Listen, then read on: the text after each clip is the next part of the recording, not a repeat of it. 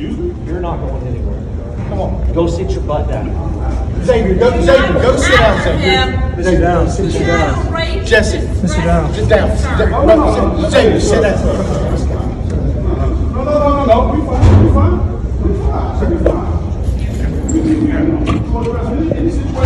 Come on. That's why we came to this meeting. No, but we ain't finna address this right now. Come on. No, you're not. All right, we're back. So you just saw a little bit of the footage, and so right now, I'm going to play it play by play, the footage play by play. If you see right here, okay, he's walking up, and the initial contact is made. We're breaking this down play by play. Initial contact is made, and if you listen to him, he goes, "Excuse me." Look how big he is. Xavier, go sit down first. And now listen to him say, "Excuse me." That is not an aggressive "excuse me." You know, this is an "excuse me" of shock. This is an "excuse me" that says, like, I can't, are you really stopping me? Like, are you really in my way? You know, this is not even the tone or volume of somebody who is going to be aggressive, who is going to fight someone. He says the meeting is over. He was doing more of a drop the mic type situation. He was dropping the mic saying this meeting is over. You're calling out the student's name. You're calling out the family's name. And you're insulting me. I'm out. Drops the mic, and he's like, "I'm out of here." And then someone says, "You're not going anywhere. You sit your butt down." And they start putting their shoulder in his chest, blocking him. He sidesteps. These are all passive moves. He sidesteps. Look at him sidestep right here. He sidesteps. Then he comes back, and he's like, "Okay, I've got to walk through." Now, just so you know, I did do an interview with him, and then in this interview, this is what happens. His mindset was, I've got to show these kids, I've got to lead by example and show these kids how to get out of a situation, how to walk away. I need you guys to understand how difficult there's so many components to this, right? One, I need you to know the truth about how black people communicate to each other with our families and friends as we've grown up throughout the years. We hear the stories of black men who've been falsely accused, like Darnell Phillips, who's a very dear friend of mine. We've done an interview with Darnell Phillips. Darnell Phillips was accused of the rape of a 10-year-old girl, and he served 28 years in prison when it never happened. The girl had this organization that helps people find, it's called the Innocent Project. They ended up finding enough evidence to prove that he was not only innocent, but also falsely accused. So injustice is something that black men, black people have to always be aware of. Now, for my white friends and family, you guys know injustice is something that happens to everyone. But the people who are called to deal with injustice is us, the sons and daughters of God, not the world. The people of God are the ones that's supposed to show up. Where there's an injustice, we're supposed to show up. Now, Darnell Phillips was released in 2016. He was arrested in 1992. And we've done an interview. If you want to see this story that we did with him, go to Real Life with Duke White and type in Darnell Phillips, and you'll see the story that we did with him. Matter of fact, Darnell Phillips is going to be doing a special prayer with Xaveir Downs because he knows what this feels like to be falsely mistreated and falsely accused and all this stuff. Now, here's what happens, right? Xaveir Downs, he's walking out. He uses the term fitting. He says, "I'm fitting to leave." Listen to this. Now listen to the young lady respond. "No, you're not." No, you're not. So now, think about this. She's saying, "No, you're not."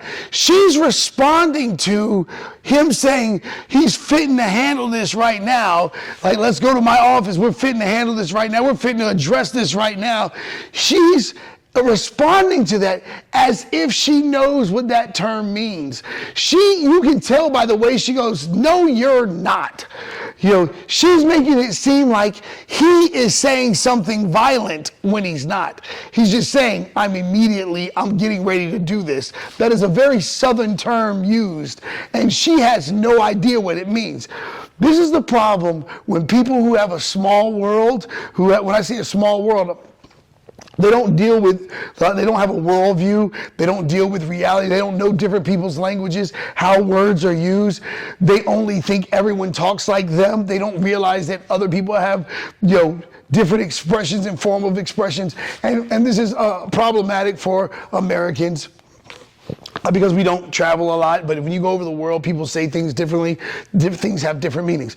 Anyway, she says, no, you're not. And here it is again. No, you're not. She's so confident. I call this strong and wrong. And most people are basing his behavior, like, let's rewind it back and let's look at how he's walking. How is he walking? He's walking with determination to get out of a hostile environment. How is he walking? With disappointment and hurt and frustration. How is he walking? In confusion and upset and assertiveness. How is he walking? With discipline and, again, determination. But everyone else who is there is saying he was walking with aggression towards someone when those people were supposed to be sitting down. If he was walking in the aisle, he would have been able to walk right to the back. But when people get in the aisles to stop him, it begins to look like a conflict, which opens it up to interpretation when that's not what happened. Now, some of you guys say you guys want to use the argument, you didn't see the whole thing. Let's see it your way. Watch this. Let's see it your way. Let's say he kicks the podium, slams the mic down, acts crazy, pulls down the curtain on stage, and he's banging his chest, acting like a wild man, and pulls off his shirt and walks down the aisle.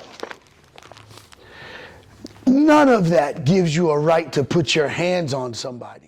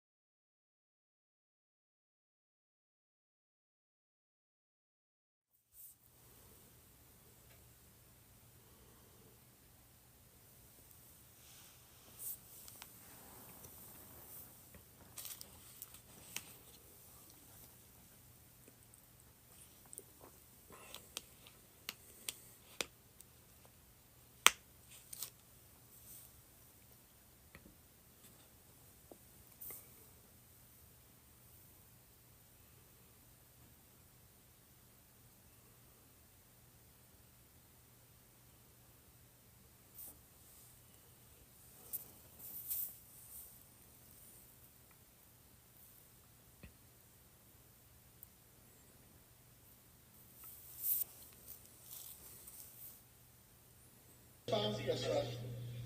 Okay, so what we were having a parent meeting and discussion happened with the principal. It was very heated. It wasn't heated.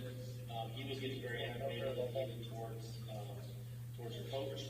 And this gentleman asked him to basically calm down. Said, shut up and why are you so animated? Principal got up out of his seat and started approaching him. This gentleman and I were at the top. We went down and got between the two of them to stop it. And the principal continued to, let's go outside, let's check it out right now, let's handle it right now. Threatening, telling us to go outside so he can handle business, just you and I right now. This is unacceptable, let's go take care of this. So threatening to fight us because he was told to shut up. Where's the principal at?